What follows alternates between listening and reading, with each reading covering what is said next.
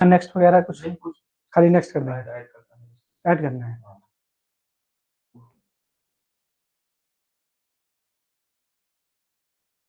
नमस्कार दोस्तों, मैं सूरज कुमार रावत आपका एक बार फिर से हार्दिक स्वागत करता हूं आपके अपने online platform study with Neeraj में।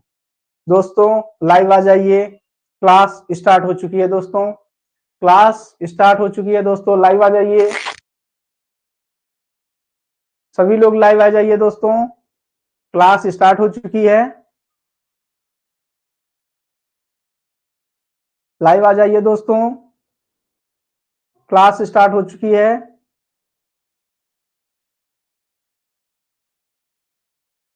लाइव आ जाइए। दोस्तों चलिए दोस्तों थोड़ा सा हम बात करते हैं अपनी वीट क्रॉप्स के बारे में।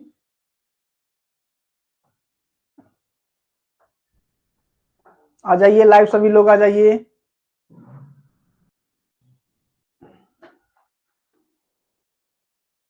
आ जाइए लाइव,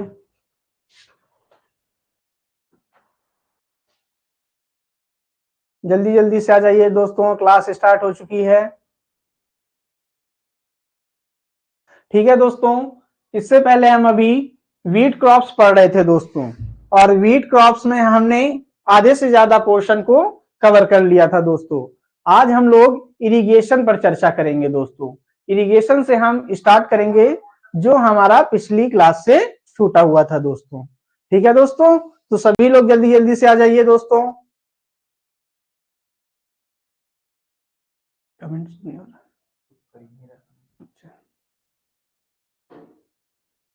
जल्दी से आ जाइए सभी लोग लाइव।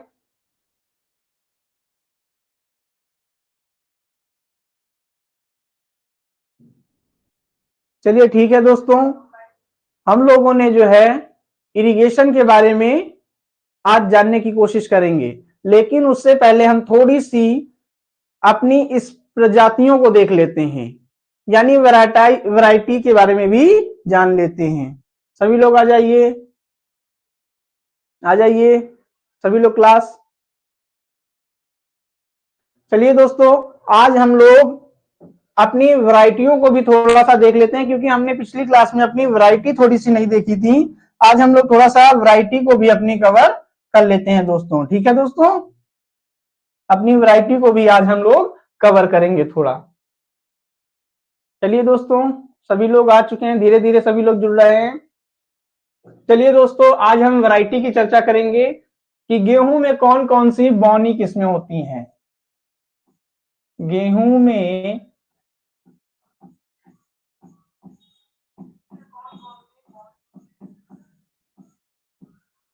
बौनी प्रजातियां,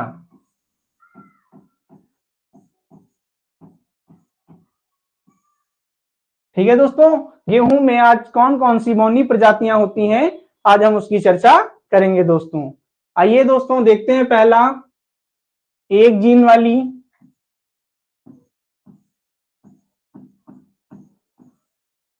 एक जीन वाली बौनी किस्में।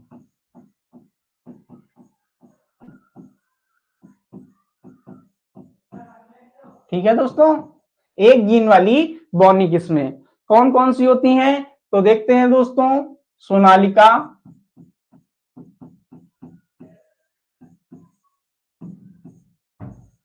सुजाता, नोट डाउन करते रहिएगा साथ में दोस्तों। मालवीय 37,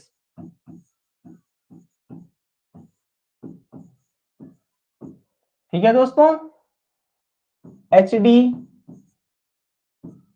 2385, ये दोस्तों फेमस वैरायटियां हैं जो हम आपको दोस्तों नोट करा रहे हैं। लार्मा राजू 64, ठीक है दोस्तों, ये हमारी एक जीन वाली बहुत ही फेमस वैरायटियां हैं। सभी लोग लाइव आ जाइए दोस्तों। पंकज जी आ चुके हैं, राहुल कुमार जी आ चुके हैं, जल्दी जल्दी से सभी लोग आ जाइए। दूसरा हम देखते हैं दो जीन वाली, कौन सी दोस्तों, दो जीन वाली, दो जीन वाली बौनी किस्में।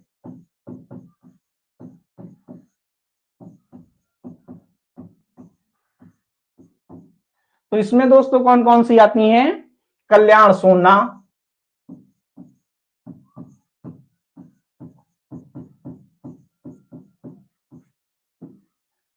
अर्जुन,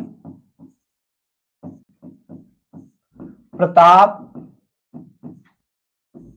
ठीक है दोस्तों, ये हमारी कुछ 2 जीन वाली भी फेमस वैरायटियां हैं। ठीक है, और भी देखते हैं। सरबती, सरबती सोना। ठीक है, और दूसरा सोनारा 64। ठीक है दोस्तों, ये हमारी 2 जीन वाली वैरायटीज हैं। ये सारी इंपॉर्टेंट है, इसमें आपको अभी बताया जाएगा कौन कौन सी इंपॉर्टेंट वैरायटीज हैं, उनको भी आप नोट डाउन करते रहिएगा। अगला देखते हैं 3 जीन वाली। 3 जीन वाली बॉनी किस्में।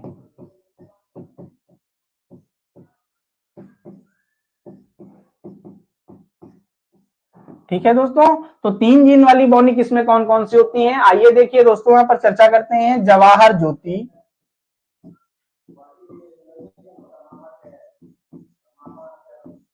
लाल बादशाह,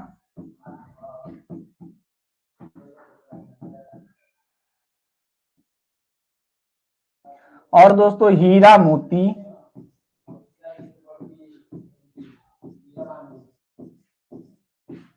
संगम। ये दोस्तों हमारी 1 जीन वाली, 2 जीन वाली और 3 जीन वाली बॉनी किस्में हैं दोस्तों। ठीक है, सभी को समझ में आ रहा है दोस्तों?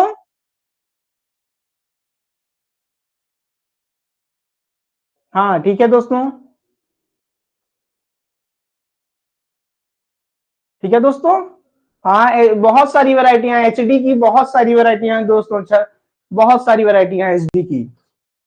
ठीक है दोस्तों, चलिए आगे चलते हैं दोस्तों। तो थोड़ा सा इनके बारे में भी जान लेते हैं। सोनालिका जो है दोस्तों, इसे हम RR21 के नाम से भी जानते हैं दोस्तों। ठीक है, और ये हमारी पछेती किस्म है। ठीक है दोस्तों, इसे पछेती किस्म में भी यूज करते हैं दोस्तों। ठीक है दोस्तों, कल्याण सोना के बारे में भी जान लेते हैं दोस्तों। तो ये जो कल्याण सोना है हमारी, किसके प्रति रेजिस्टेंस है? कमेंट में बताइए दोस्तों, बताइए दोस्तों। रोली के प्रति रेजिस्टेंस है। ठीक है दोस्तों, चलिए जिसे हम रतुआ या रस्ट भी कहते हैं। ठीक है दोस्तों, चलिए आगे चलते हैं और भी वैरायटियों के बारे में जानते हैं दोस्तों। अब हम हाइब्रिड के बारे में जानेंगे। हाइब्रिड किस्म, हाइब्रिड किस्में कौन कौन सी होती हैं दोस्तों? तो हाइब्रिड किस्मों के बारे में देखते हैं। नॉरिन 10, कौन सी दोस्तों? नॉरिन 10, ये हमारी दोस्तों हाइब्रिड किस्म है। लार्मा राजो 64, ये भी हमारी दोस्तों हाइब्रिड किस्म है। सोनारा 64, ये भी दोस्तों हमारी एक हाइब्रिड किस्म है। और दोस्तों सोनालिका भी हमारी एक हाइब्रिड किस्म है। ठीक है दोस्तों, ये हमारी कुछ हाइब्रिड वैरायटियां हैं जो कि काफी फेमस हैं दोस्तों। ठीक है दोस्तों, आइए दोस्तों कुछ पछेती किस्मों के बारे में भी जान लेते हैं। पछेती किस्में कौन कौन सी है हमारी? जो मोस्ट इंपॉर्टेंट वैरायटीज हैं दोस्तों, हम उन्हीं की चर्चा कर रहे हैं। ठीक है दोस्तों, क्योंकि वो पेपर में आने के बहुत चांसेस हैं। ठीक है दोस्तों, तो सोनालिका जैसा कि आपको अभी ऊपर बताया गया था, ये पछेती किस्मों में बोई जाती है। ठीक है दोस्तों, जब हम पछेती बुआई करते हैं तो सोनालिका का यूज करते हैं। ठीक है दोस्तों, लोक 1, और एक बहुत ही हरित क्रांति में दोस्तों फेमस हुई है, उसका कोई नाम बताएगा दोस्तों? पिछली एग्रोनॉमी की क्लास दोस्त की जो पीडीएफ है दोस्तों पढ़ चुकी है, आप देख लीजिएगा दोस्तों। ठीक है दोस्तों, आप लोग देख लीजिएगा, पिछली क्लास की पीडीएफ पढ़ चुकी है। और दूसरी हम देखते हैं दोस्तों HD 2329, दोस्तों ये हरित क्रांति में सबसे ज्यादा यूज होने वाली किस्म है दोस्तों। ठीक है दोस्तों,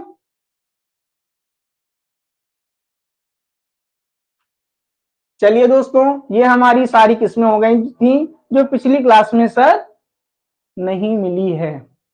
अगर नहीं मिली है दोस्तों तो फिर से डलवा दी जाएगी, आपको परेशान होने की कोई जरूरत नहीं है, आपको फिर से प्रोवाइड कर दी जाएगी आशीष कुमार जी।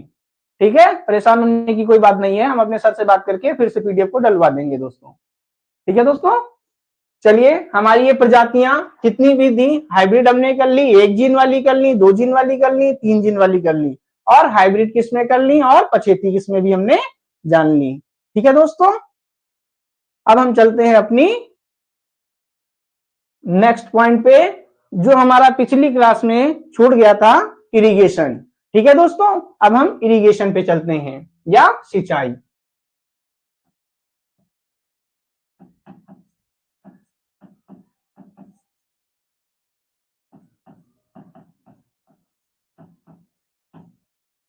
ठीक है दोस्तों,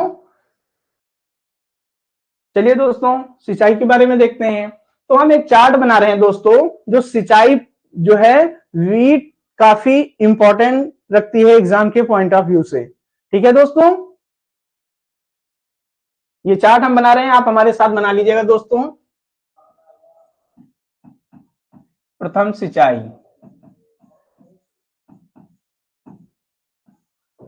ठीक है दोस्तों, द्वितीय सिंचाई,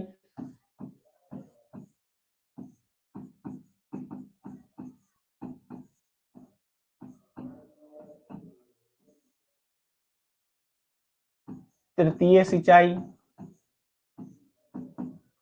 चतुर्थ सिंचाई, और पंचम सिंचाई। इधर दोस्तों एक तरफ सिंचाई लिख लीजिए,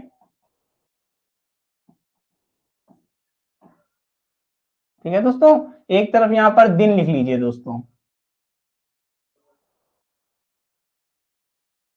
एक तरफ दोस्तों यहां पर दिन लिख लीजिए, और एक तरफ यहां पर स्टेज लिख लीजिए या अवस्था।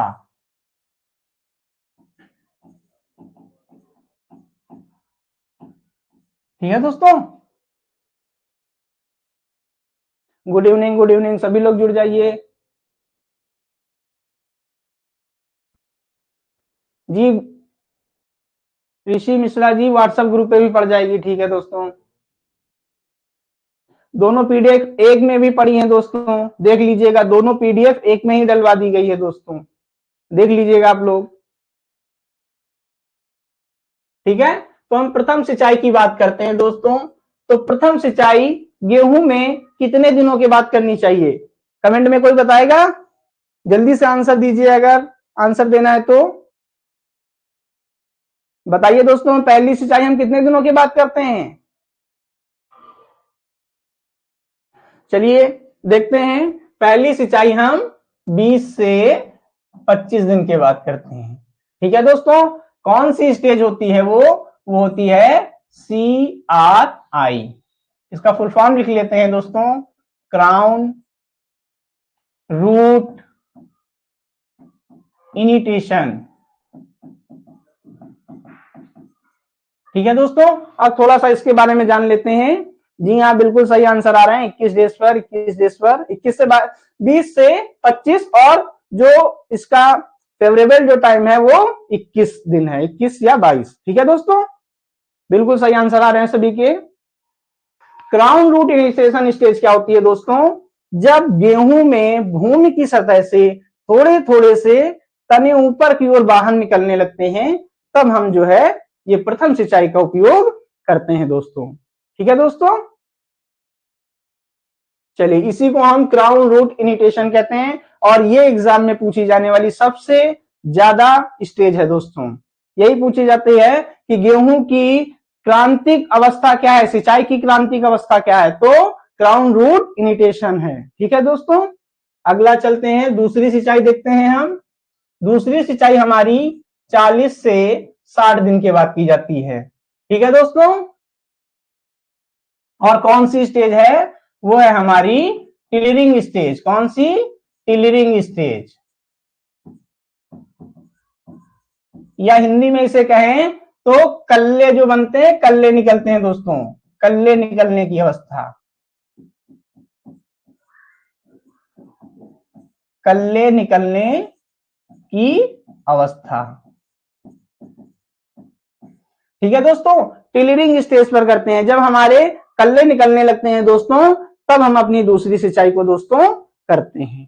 ठीक है, आइए देखते हैं अपनी तीसरी सिंचाई कब की जाती है, तो 60 से 80 दिनों के बाद।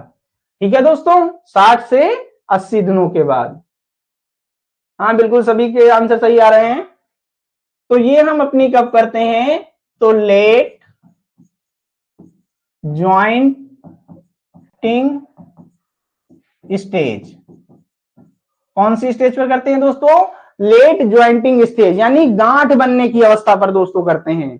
कब से करते हैं, जब हमारी गांठें बनने लगती हैं हमारे गेहूं में, तब हम जो है दोस्तों करते हैं। ठीक है दोस्तों, चलिए अगली हम सिंचाई देखते हैं, चतुर्थ सिंचाई, जो कि 80 से 100 दिन पर की जाती है, और इसे हम फ्लावरिंग स्टेज कहते हैं। क्या कहते हैं दोस्तों, फ्लावरिंग स्टेज, या फूल अथवा बाली बनने की अवस्था में की जाती है। ठीक है दोस्तों, जिसे हम फ्लावरिंग स्टेज कहते हैं। हिंदी में लिख दें, हिंदी में ये फ्लावर तो आप लोग जानते ही होंगे, फ्लावरिंग स्टेज या फूल आने की अवस्था। लेट ज्वाइंटिंग स्टेज को लिख देते हैं दोस्तों, गांठ बनने की अवस्था,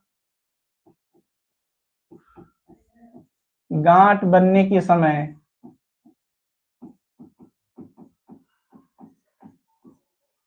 फ्लावरिंग स्टेज या फूल या बालियां आने पर दोस्तों,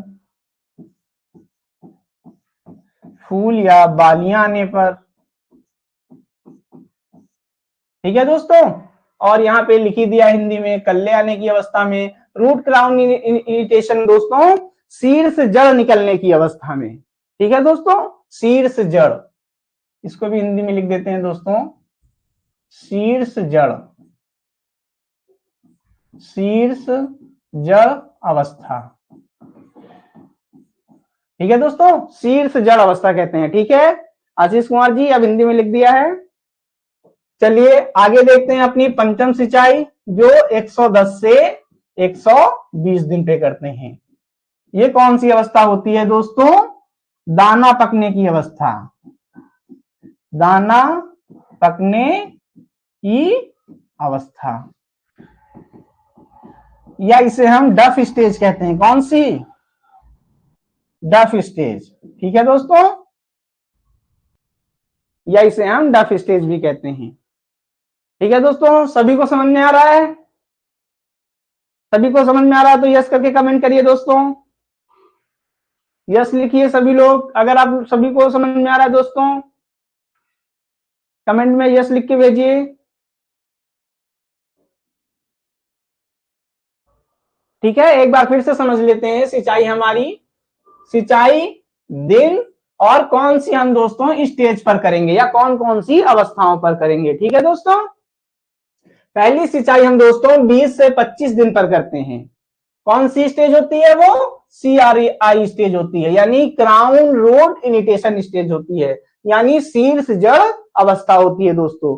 यही क्वेश्चन हमारे एग्जाम में बार बार आता है कि दोस्तों कि गेहूं की क्रांतिक अवस्था बताइए। तो ये चारों स्टेजेस, पांचों स्टेजेस में से कोई 4 स्टेजेस दी होंगी, जो सबसे इंपॉर्टेंट है शीर्ष जड़ अवस्था, यही आती है हमारी दोस्तों में। ठीक है दोस्तों, दूसरी है द्वितीय सिंचाई, जिसे हम कल्ले निकलने की अवस्था कहते हैं। ये 20 से 40 दिन पर होती है। डेज याद करने के लिए आपको बता दें, देखिए 20 से 40, इसका 2 गुना करते चले जाइए दोस्तों। ठीक है दोस्तों, 20-20 जोड़ते चले जाएंगे और आपके डेज याद हो जाएंगे दोस्तों। ठीक है, पहला है क्राउन, दूसरा है टिलरिंग। देखिए दोस्तों, जब शीर्ष जड़ निकल आती है तो हमारे क्या निकलने लगते हैं, फिर कल्ले बनने स्टार्ट हो जाते हैं। ठीक है दोस्तों, जब कल्ले बनने स्टार्ट हो जाएंगे तो उसमें हमारी फिर धीरे धीरे गांठ भी बनना प्रारंभ हो जाएगी दोस्तों, और जब गांठ बनने लगेगी तो उसमें जो है फूल और बालियां भी डेवलपमेंट करने लगेंगी। ठीक है दोस्तों, फिर उसके बाद हमारा दाना पकने की अवस्था आ जाती है। उससे पहले भी एक स्टेज होती है जिसे मिल्किंग स्टेज कहते हैं दोस्तों। ठीक है, मिल्क भी बनने लगता है। समझ गया दोस्तों,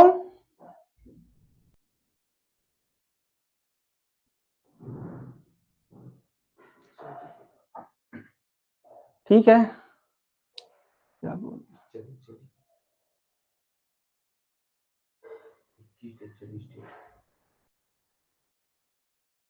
चलिए दोस्तों आगे चलते हैं अपने नेक्स्ट पॉइंट पे।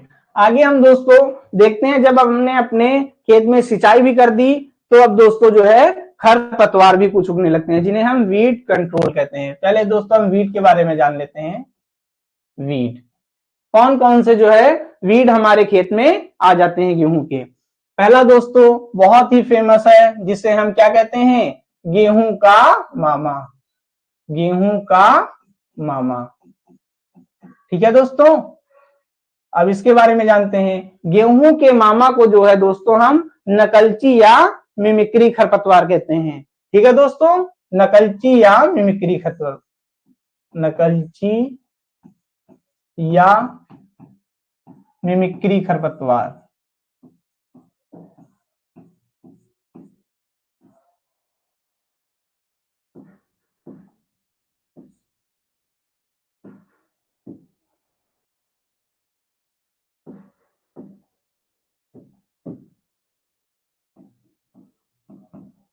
ठीक है दोस्तों, इसका एक और नाम भी है जिसे हम गुल्ली डंडा भी कहते हैं दोस्तों। क्या कहते हैं, गुल्ली डंडा।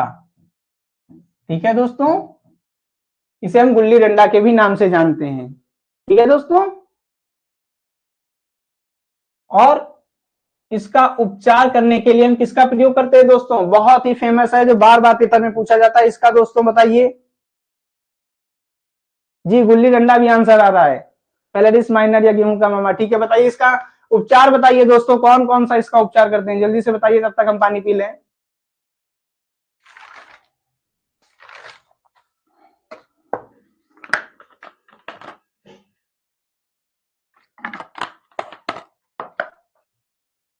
उपचार बताइए दोस्तों।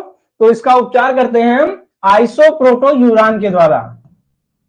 आइसोप्रोटोयूरान के द्वारा। ठीक है दोस्तों, इससे करते हैं आइसोप्रोटोयूरान के द्वारा करते हैं। ठीक है दोस्तों, ठीक है। कितनी मात्रा लेते हैं, 750 ग्राम पर हेक्टेयर में जो है इससे हम जो है छिड़काव कर देते हैं। या फिर जो है हम एक और इसका दूर करने का है, इंटरकल्चर या निराई गुड़ाई कहते हैं दोस्तों। क्या कहते हैं, निराई गुड़ाई। निराई गुड़ाई के द्वारा भी हम जो है गेहूं के मामा को दोस्तों दूर कर लेते हैं। ठीक है दोस्तों, और दूसरा हम देखते हैं बथुआ। कौन सा एक और लग जाता है खेत में खरपतवार, बथुआ। ठीक है, इसका हमने कई बार दोस्तों नाम बताया है, साइंटिफिक नेम इसका हमने कई बार बताया। क्या है दोस्तों इसका, चिनोपोडियम एल्बम। क्या है दोस्तों, चिनोपोडियम एल्बम, हमने कई बार बताया दोस्तों, इसको याद कर लीजिएगा। तीसरा हिरन खुरी। ठीक है दोस्तों, हिरन खुरी। चौथा देखें कृष्ण नील। ठीक है दोस्तों, पांचवा देखें तो सूंजी। ऐसे ये हमारे कुछ फेमस खरपतवार हैं जो गेहूं के खेत में लग जाते हैं। ठीक है दोस्तों, जब हम, जी चिनोपोडियम एल्बम आंसर आ रहा है, जब हम गेहूं की फसल को उगाते हैं तो ये हमारे कुछ फेमस खरपतवार हैं जो हमारे खेतों में आ जाते हैं दोस्तों, जिसमें सबसे ज्यादा इंपॉर्टेंट है गेहूं का मामा, जिसे हम नकलची या मिमिक्री खरपतवार या गुल्ली डंडा भी कहते हैं। इसे दूर करने के लिए आइसोप्रोटोयूरान 750 ग्राम पर हेक्टेयर जो है छिड़काव कर देते हैं दोस्तों। ठीक है दोस्तों, आगे चले, नोट हो गया। चलिए दोस्तों आगे चलते हैं अपने नेक्स्ट पॉइंट की तरफ। चलिए दोस्तों अब हम देखते हैं इंसेक्ट। क्या देखते हैं, इंसेक्ट या कीट। ठीक है दोस्तों, कीटों के बारे में बात करते हैं। पहला कीट देखते हैं दोस्तों, सैन्य कीट। ये दोस्तों अब हमारे खेतों में ना के बराबर होता है। ठीक है दोस्तों, बहुत माइन्यूट होता है, ना के बराबर अभी हमारे खेतों में दोस्तों लगता है। 2,4-D दोस्तों यूज किया जाता है चौड़ी पत्तियों के लिए। ठीक है, मणिपाल सिंह, 2,4-D चौड़ी पत्तियों के लिए यूज किया जाता है और इस समय थोड़ा सा ये बैन कर दिया गया है दोस्तों। दूसरा देखते हैं दीमक। ठीक है दोस्तों, दीमक का कौन जो है साइंटिफिक नेम बताएगा, जल्दी से बता दीजिए कमेंट में।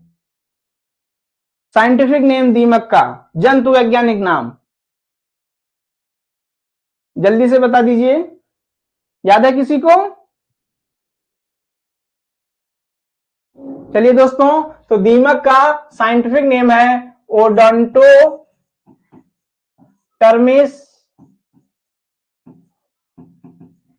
ओबेसस। क्या है दोस्तों? ओडोंटोटर्मिस ओबेसस। ठीक है दोस्तों, ओडोंटोटर्मिस ओबेसस।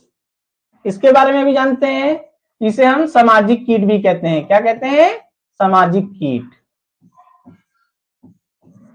ठीक है दोस्तों, सामाजिक कीट कहते हैं। इसमें क्या क्या होता है? इसमें राजा होता है, रानी होती है, सैनिक होते हैं और श्रमिक होते हैं। ठीक है, रानी की बात की जाए तो ये 1 सेकंड में एक अंडा देती है दोस्तों, 1 सेकंड में एक अंडा देती है और टोटल ये लगभग 80,000 अंडे प्रोड्यूस करती है। ठीक है दोस्तों, लगभग 80,000 अंडे प्रोड्यूस करती है। ठीक है, चलिए आगे देखते हैं, इसके घर का क्या नाम है? दीमक के घर को हम क्या कहते हैं? टर्मी टेरिया। क्या कहते हैं दोस्तों?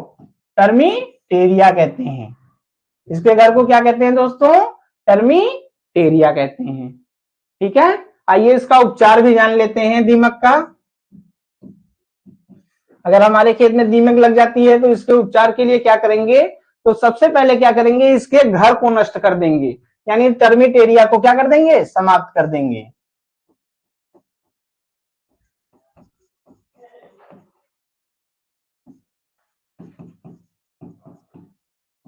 ठीक है, दूसरा क्या करेंगे? अवशेष नहीं छोड़ेंगे। कौन से? फसल अवशेष। दूसरा हम क्या नहीं छोड़ेंगे दोस्तों? फसल अवशेष नहीं छोड़ेंगे।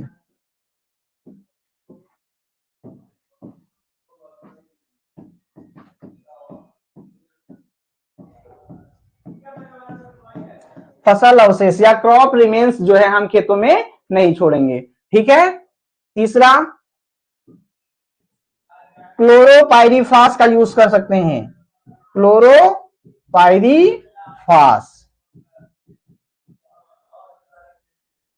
ठीक है, क्लोरोपाइरीफास का यूज कर सकते हैं। चलिए आगे चलें। नेक्स्ट, तीसरा कीट क्या होता है इसमें? घुसिया वीवल। कौन सा होता है?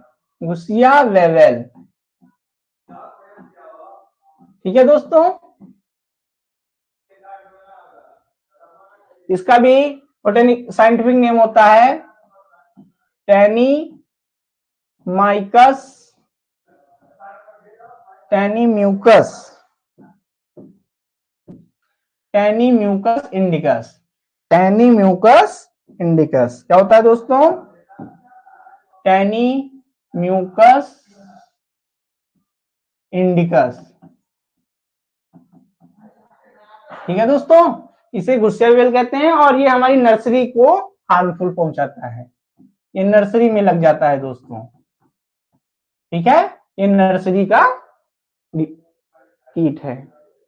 ठीक है, आइए आगे बात करते हैं अपने चौथे कीट की, जो कि सबसे इंपॉर्टेंट है दोस्तों। कौन सा? भंडारण के समय लग जाता है, खपरा बीटल। कौन सा दोस्तों? भंडारण कीट। एग्जाम के पॉइंट ऑफ व्यू से सबसे इंपॉर्टेंट है भंडारण कीट। कौन सा दोस्तों? खपरा बीटल। ठीक है दोस्तों, खपरा बीटल। अगर इसके साइंटिफिक नेम की बात की जाए तो ट्रोगोडर्मा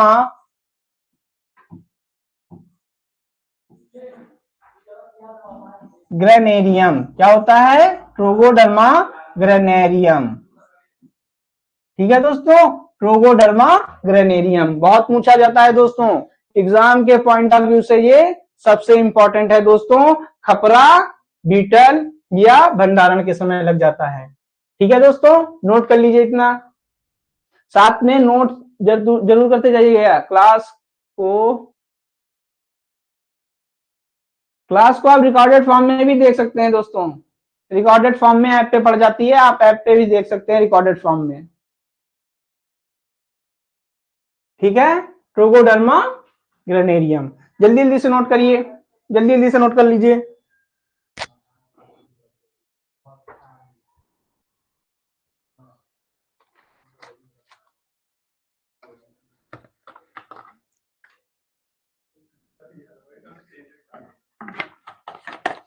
नोट हो गया दोस्तों?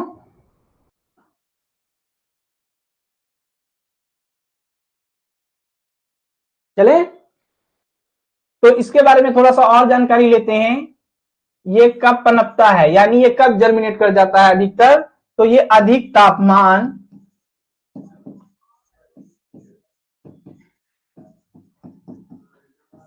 अधिक तापमान और कम पानी में जर्मिनेट कर जाता है दोस्तों। यानी ये फेवरेबल कंडीशन है इसकी जो है लगने के लिए भंडारण में। ठीक है, अधिक तापमान और कम पानी में। ठीक है, इसका उपचार भी जान लेते हैं दोस्तों।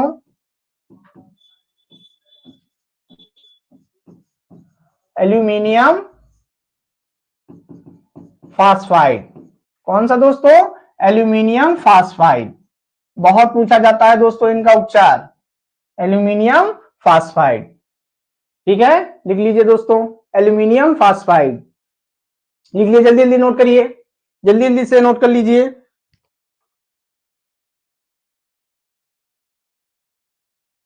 नोट कर लिया दोस्तों?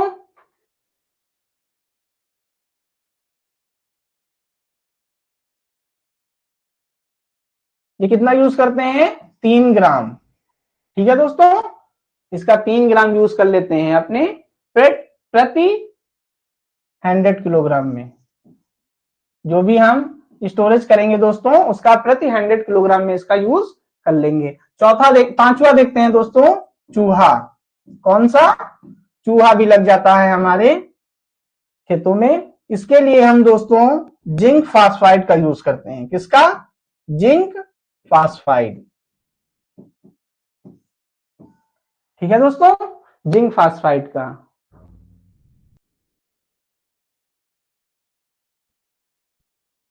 और जिंक फास्फाइड का 2% का दोस्तों चूर्ण बना लेते हैं। कैसा चूर्ण बनाते हैं? इसमें हम गोलियों को बना लेते हैं दोस्तों, गोलियों को बनाते हैं। गोलियां कैसे बनाई जाती हैं? तो 47 भाग क्या लेते हैं दोस्तों? आटा ले लेते हैं। क्या ले लेते हैं? आटा। और 2 भाग क्या ले लेते हैं? तेल ले लेते हैं दोस्तों। 47 भाग आटा, 2 भाग तेल की जिंक फास्फाइड की जो है 2% चूर्ण की गोलियां बना लेते हैं और इन्हें जो है हम यूज कर लेते हैं, जिससे चूहे खाकर इसे मर जाते हैं। ठीक है दोस्तों, चलिए आगे चलते हैं अपने नेक्स्ट पॉइंट की तरफ। डिजीज, रोग। कौन सा दोस्तों? रोग।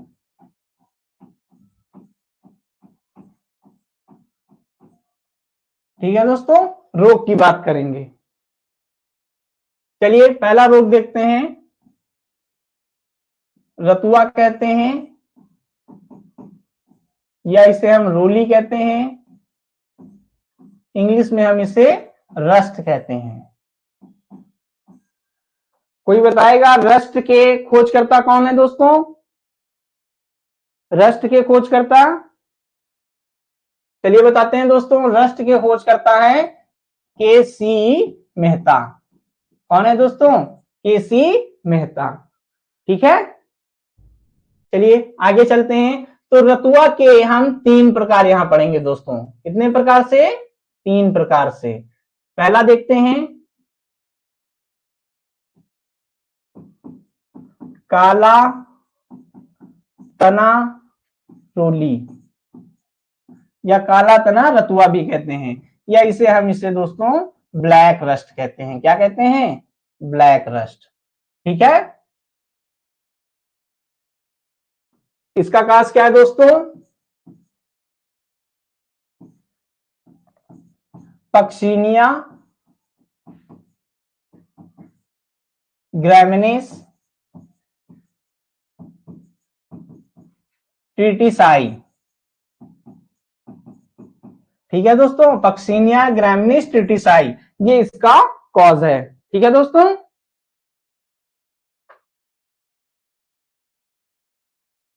दूसरा देखते हैं, इसके बारे में अभी बात कर लेते हैं। तो ये दोस्तों तने को प्रभावित करता है। ये गेहूं के किस भाग को प्रभावित करता है? तो तने को प्रभावित करता है, स्टेम को। ठीक है दोस्तों, ये स्टेम को प्रभावित करता है, जिससे जो है हमारे पौधे में स्टेम पर काफी इफेक्ट पड़ जाता है। दूसरा देखते हैं दोस्तों, भूरा रतुआ।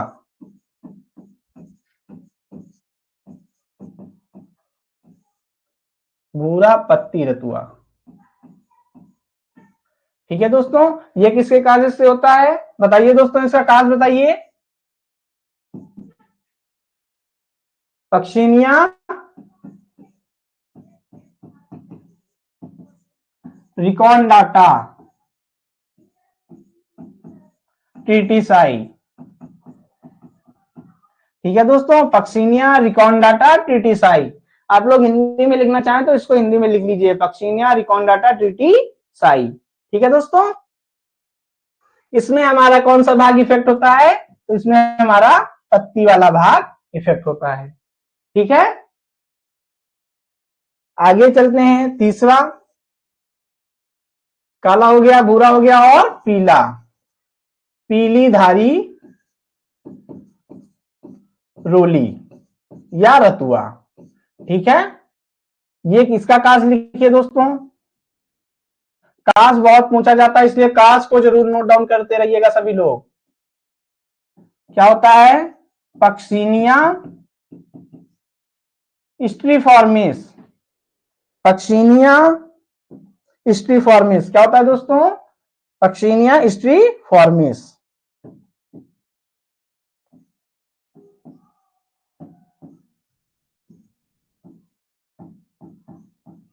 ट्रिटिसाई।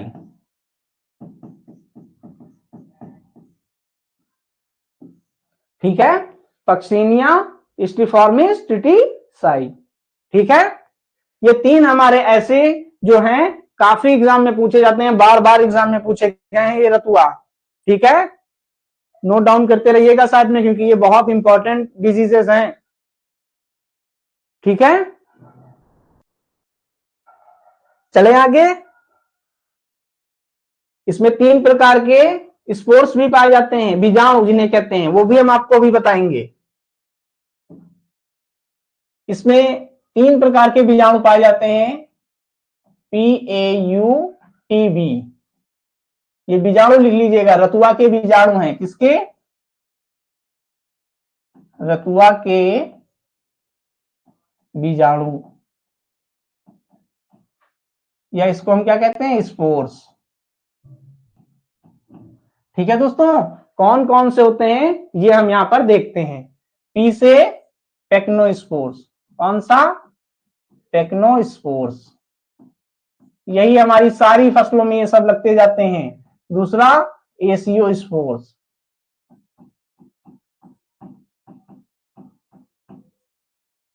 ठीक है, अगला यू से यूरेडोस्पोर्स।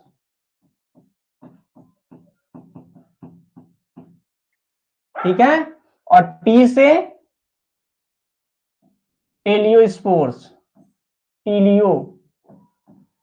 टीलियोस्पोर्स। ठीक है, और हमारा बी बचता है, तो बी से हम लिखे देते हैं बेसिडियोस्पोर्स। बेसिडियोस्पोर्स। डियोस्पोर्स, बेसिडियोस्पोर्स। ठीक है, ये काफी इंपॉर्टेंट है जो कि पाए जाते हैं हमारे स्पोर्स।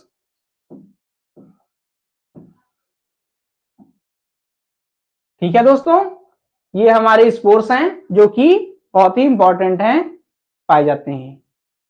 चलिए आगे चलें। ठीक है, आगे चलते हैं, अगली डिजीज देखते हैं। अगली डिजीज नंबर 2 कौन सी है बताइए, आप लोग बताइए, कुछ डिजीजेस के नाम बताइए आप लोग।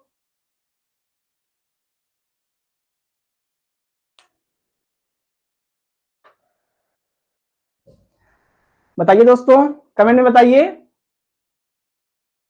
लूज स्मार्ट, ठीक है, अगली देखते हैं लूज स्मार्ट।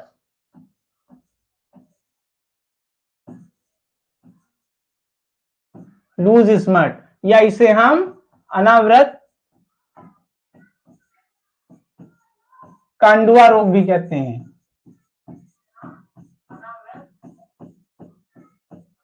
ठीक है दोस्तों, लूज स्मट का हम काजेस भी देखते हैं। आइए जानते हैं लूज स्मट का काज। अस्टिलैगो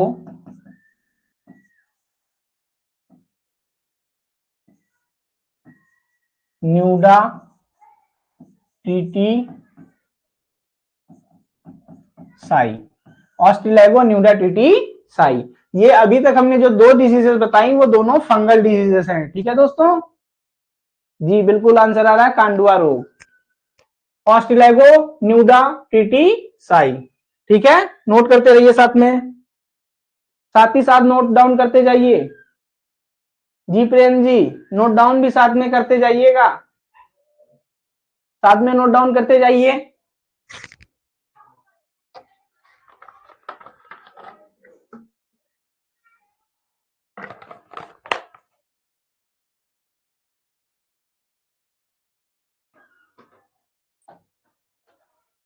जी बिल्कुल नोट डाउन करते जाइए। आइए दोस्तों, इसके बारे में थोड़ा सा समझ लेते हैं, ये क्या होता है लूज स्मट, अनावृत कांडुआ।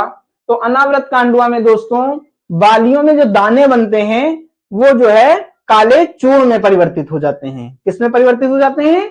काले चूर्ण में बदल जाते हैं। इसीलिए दोस्तों इसे हम अनावृत कांडुआ रोग कहते हैं। ठीक है, बालियां किसमें परिवर्तित हो जाती हैं? बालियां काले चूर्ण में परिवर्तित हो जाती हैं। ठीक है, बालियां जो है काले चूर्ण में परिवर्तित हो जाती हैं। अगली डिजीज पे बात की जाए, चलिए अगली डिजीज पे चलते हैं। तो तीसरी हमारी डिजीज है करनाल बंट। करनाल बंट, ठीक है, इसको हिंदी में करनाल बंट ही कहते हैं। इसका काजेस बताइए दोस्तों, इसका काजेस क्या है? टेलेसिया इंडिका, क्या है इसका काजेस? टेलेसिया इंडिका। ठीक है, काजेस नोट करते रहिएगा आप सभी लोग, काजेस बार बार एग्जाम में पूछे जाते हैं, मैच करने के लिए भी पूछा जाएगा। जब हम दोस्तों एमसीक्यू कराएंगे तो बहुत ही जानदार जबरदस्त एमसीक्यू कराएंगे दोस्तों। आप एमसीक्यू और मॉक टेस्ट में जरूर जो है पार्टिसिपेट कीजिएगा दोस्तों, क्योंकि सारे क्वेश्चन वहीं से फंसाएंगे दोस्तों हम वहीं। अभी तो हम आपकी थ्योरी की क्लास करा रहे हैं और जितना भी मटेरियल दे रहे हैं वो बहुत ही सॉलिड मटेरियल दे रहे हैं दोस्तों। आप इसे नोट डाउन करते जाइए और लिखते जाइए दोस्तों। और जब हम इसके एमसीक्यू और मॉक टेस्ट कराएंगे दोस्तों तो जबरदस्त इसका जो है हम मटेरियल प्रोवाइड कराएंगे। ठीक है दोस्तों, आगे चलें। करनाल बंट के बारे में बताइए कुछ, थोड़ा सा बताइए जल्दी जल्दी से।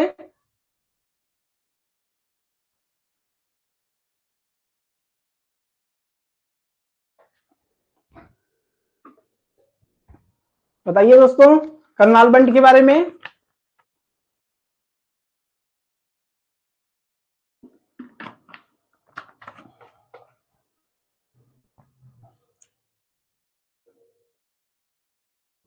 चलिए देखते हैं करनाल बंट क्या होता है। ये सीड बॉर्न डिजीज है। कैसी है? सीड बॉर्न डिजीज है।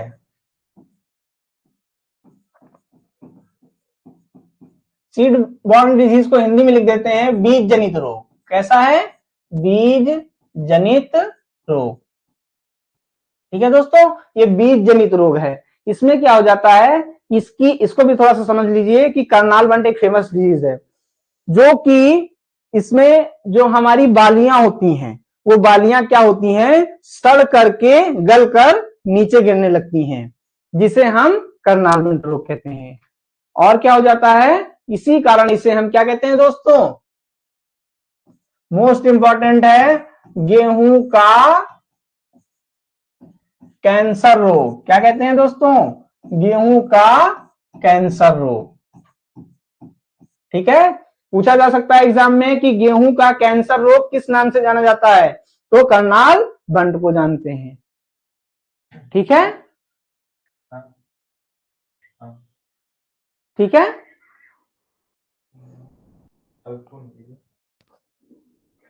चलिए जल्दी जल्दी से नोट करते जाइए, फिर आगे चलें।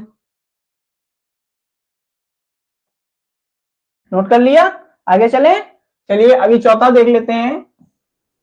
चौथा ही है हमारी ईयर कॉकल डिजीज। कौन सी? Ear cockle disease.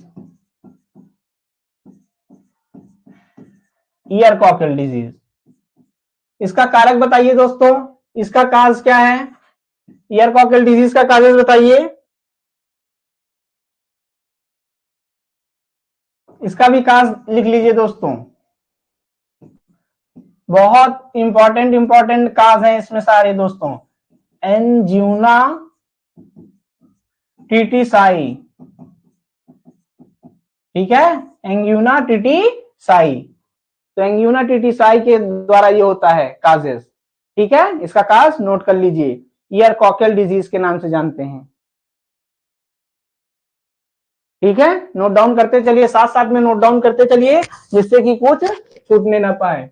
और ये हमारा क्या होता है दोस्तों, ये हमारा प्रथम परजीवी भी कहलाता है, प्रथम परजीवी। ठीक है, इसे हम प्रथम परजीवी भी कहते हैं। नोट डाउन करते रहिए, साथ साथ में नोट डाउन जरूर करते रहिए, नहीं तो छूट जाएगा तो बहुत ही आप लोगों को नुकसान हो जाएगा। नोट डाउन करते रहिए।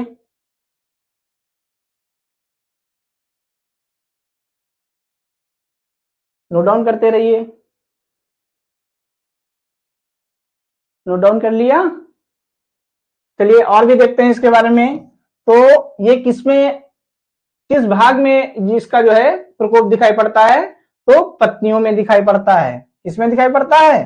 पत्तियों में। और पत्तियां इसकी क्या हो जाती हैं? सिकुड़ जाती हैं। क्या हो जाती हैं? सिकुड़ जाती हैं। और कैसी हो जाती हैं? झाड़ी नुमा हो जाती हैं। ठीक है, पत्तियां सिकुड़ जाती हैं और झाड़ी नुमा हो जाती हैं। ठीक है, साथ ही साथ में नोट डाउन करते रहिएगा, जितनी भी हम डिजीजेस बता रहे हैं सारी नोट डाउन करते रहिएगा। 5वीं पे चलें जी। हाँ, इसी के कारण ये पत्तियां जब सिकुड़ जाती हैं और झाड़ी नुमा हो जाती हैं, तो इसीलिए इसको कॉकल भी कहते हैं। इसीलिए इसको कॉकल कहा जाता है, कॉकल कहा जाता है।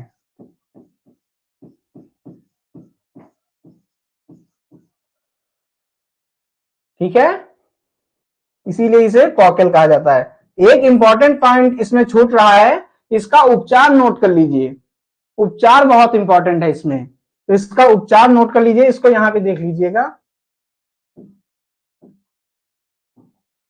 उपचार दूसरे पेन से ले लेते हैं। उपचार इसका देख लीजिएगा, तो इसका उपचार क्या है, उपचार नोट कर लीजिए। इसका जो है हम 20%, कितना? 20% ब्राउन सोल्यूशन। कौन सा दोस्तों? Brown solution.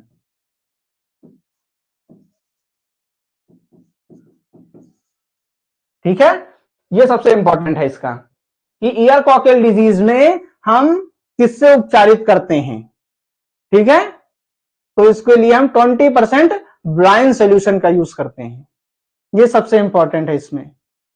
ठीक है, ब्राइन सोल्यूशन बार बार पूछा गया है पेपर में। ठीक है दोस्तों, चलिए अपनी नेक्स्ट डिजीज की तरफ चलते हैं, और हमारी ये डिजीज है 5th नंबर की। ठीक है, जिसे हम मोलिया डिजीज कहते हैं। कौन सी? मोलिया डिजीज, मोलिया रोग। काजेज इसका भी बहुत ही इंपॉर्टेंट है। क्या है दोस्तों इसका काजेज? काजेज इसका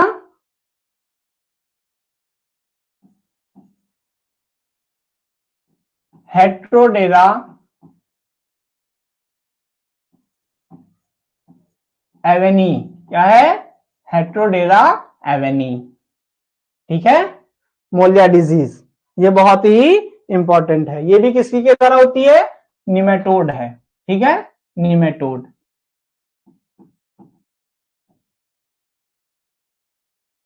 ठीक है, इस निमेटोड को हम सिस्ट के नाम से भी जानते हैं। किसके द्वारा? सिस्ट के द्वारा। ठीक है,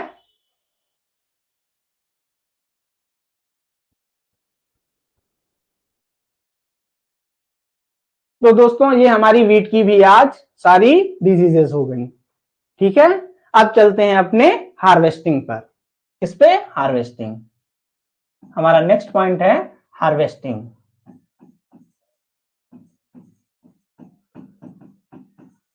या हम हिंदी में इसे लिख दें कटाई कहते हैं। क्या कहते हैं? कटाई। तो हम कटाई कब करते हैं गेहूं की?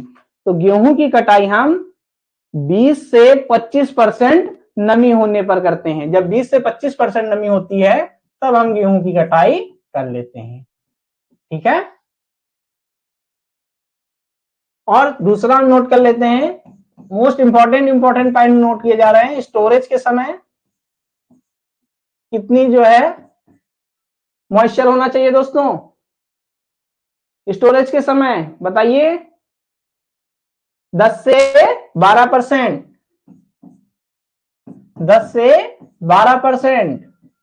ठीक है, स्टोरेज के समय ये मॉइस्चर होना चाहिए। आगे लिख देते हैं नमी या मॉइस्चर। ठीक है,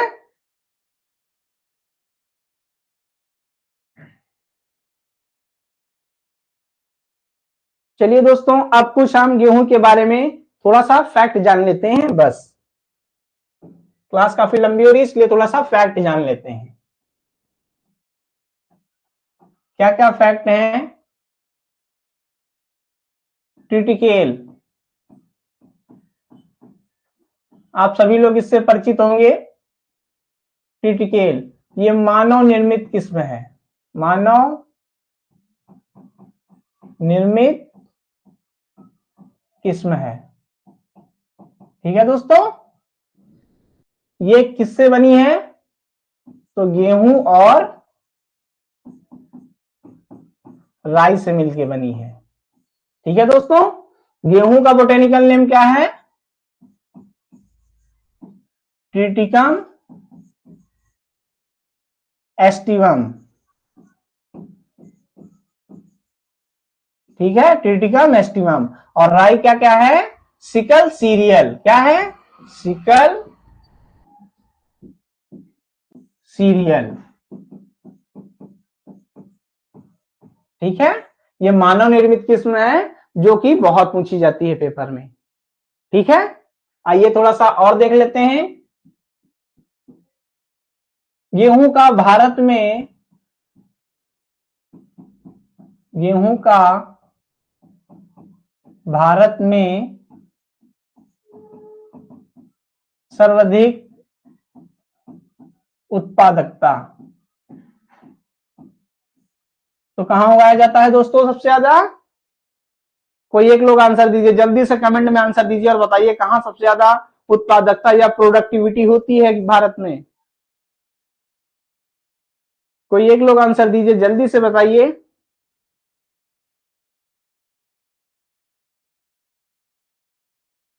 प्लीज आंसर दीजिए सभी लोग। यूपी नहीं है दोस्तों, यूपी नहीं है।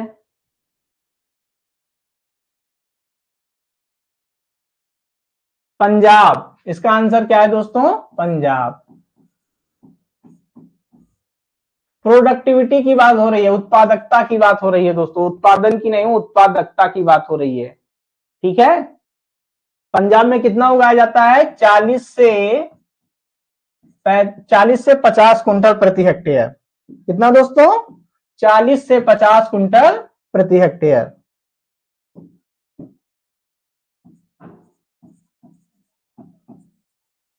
ठीक है, 40 से 50 कुंटल प्रति हेक्टेयर होती है। अगर विश्व में सर्वाधिक गेहूं का क्षेत्रफल की बात की जाए तो कहां पर उगाया जाता है? बताइए दोस्तों, जल्दी से हम 2 क्वेश्चन पूछते हैं लास्ट में, अब जल्दी से इसका आंसर बता दीजिए। गेहूं का सर्वाधिक उत्पादन विश्व में बताइए क्षेत्रफल के हिसाब से, आंसर दीजिए क्षेत्रफल के अकॉर्डिंग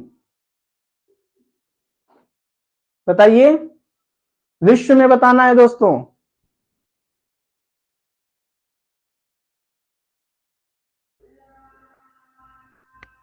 चाइना, चाइना, सभी के आंसर चाइना आ रहे हैं, जल्दी से और बताइए, सभी लोग आंसर दीजिए अपना अपना।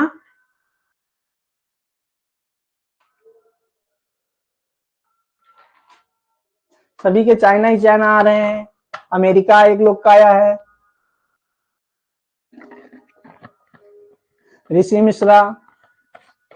भारत बिल्कुल सही, विपिन कुमार का आंसर बिल्कुल सही है, भारत। क्षेत्रफल के अकॉर्डिंग विश्व में एरिया के अकॉर्डिंग जो है भारत सबसे आगे है। ठीक है, दूसरा क्वेश्चन एक और हम पूछते हैं। ठीक है,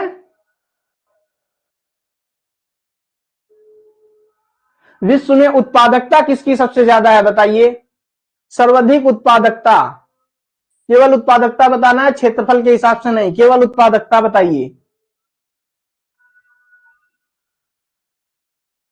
बताइए जल्दी से, जल्दी जल्दी बताइए, जल्दी जल्दी से, क्योंकि समय बहुत पूरा हो चुका है।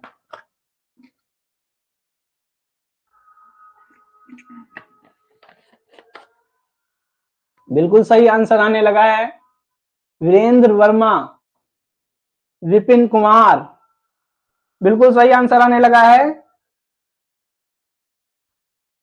चाइना। ठीक है, चाइना बिल्कुल सही आंसर है। 2 डिजीज, 2 बिल्कुल सही है। 2 और हम बता देते हैं। एक रोली रेजिस्टेंस वैरायटी नोट कर लीजिए, रोली रेजिस्टेंस या रतुआ प्रतिरोधी किस्म कौन सी है? तो कौन सी है दोस्तों? कल्याण सोना।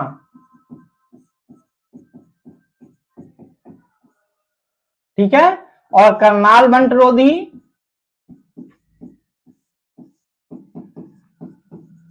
करनाल वंट प्रतिरोधी या करनाल वंट रेजिस्टेंस कौन सी है? सोनालिका। ठीक है दोस्तों,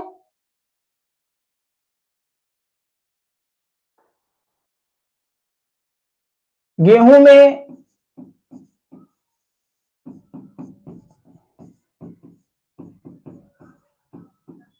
दाने व भूसे का अनुपात बताइए दोस्तों।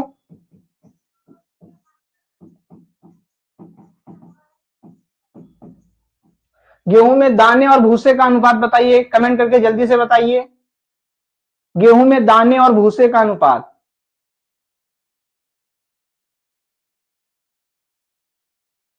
गेहूं में दाने और भूसे का अनुपात, तो इसका आंसर हो जाएगा 1:1:5। ठीक है दोस्तों, ये दाने और भूसे का अनुपात होता है। एक और नोट कर लीजिए फैक्ट कि गेहूं का जो फेलेरिस माइनर का जो होता है उसमें जो दाना पाया जाता है, गेहूं का मामा जो होता है फेलेरिस माइनर, उसमें जो दाना होता है 1000 दाना अगर है तो उसका परीक्षण भार नोट कर लीजिए।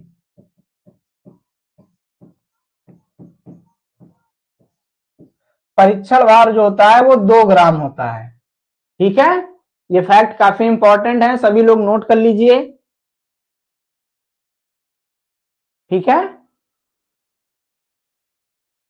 ठीक है, फिर आज से हमारी वीट समाप्त होती है। वीट के जो भी कुछ बचा है उसका मॉक टेस्ट और एमसीक्यू में आपके करा दिए जाएंगे। पहले थोड़ी सी थ्योरी कवर कर ली जाए, उसके बाद जो है एमसीक्यू भी हम लेकर आएंगे बहुत जल्द, और बहुत जल्द जो है फिर हम मॉक टेस्ट भी आपको प्रोवाइड कराएंगे और जबरदस्त तरीके से मेहनत करते हुए आगे बढ़ेंगे और सिलेक्शन को अपने पक्का करेंगे। आज जो है नीरज सर की क्लास थोड़ी सी नहीं हो पाएगी दोस्तों, अगर होगी, थोड़ा सा वो एक कार्य में फंसे हुए हैं, अगर वो जल्दी से आ जाते हैं तो उनकी क्लास 10 बजे तक हो जाएगी लाइव, नहीं तो आज थोड़ा सा मुश्किल है, लेकिन कोशिश की जा रही है, अगर वो आ जाते हैं जल्दी तो उनकी क्लास 10 बजे से लाइव हो जाएगी। ठीक है, नमस्कार, जय हिंद, जय भारत।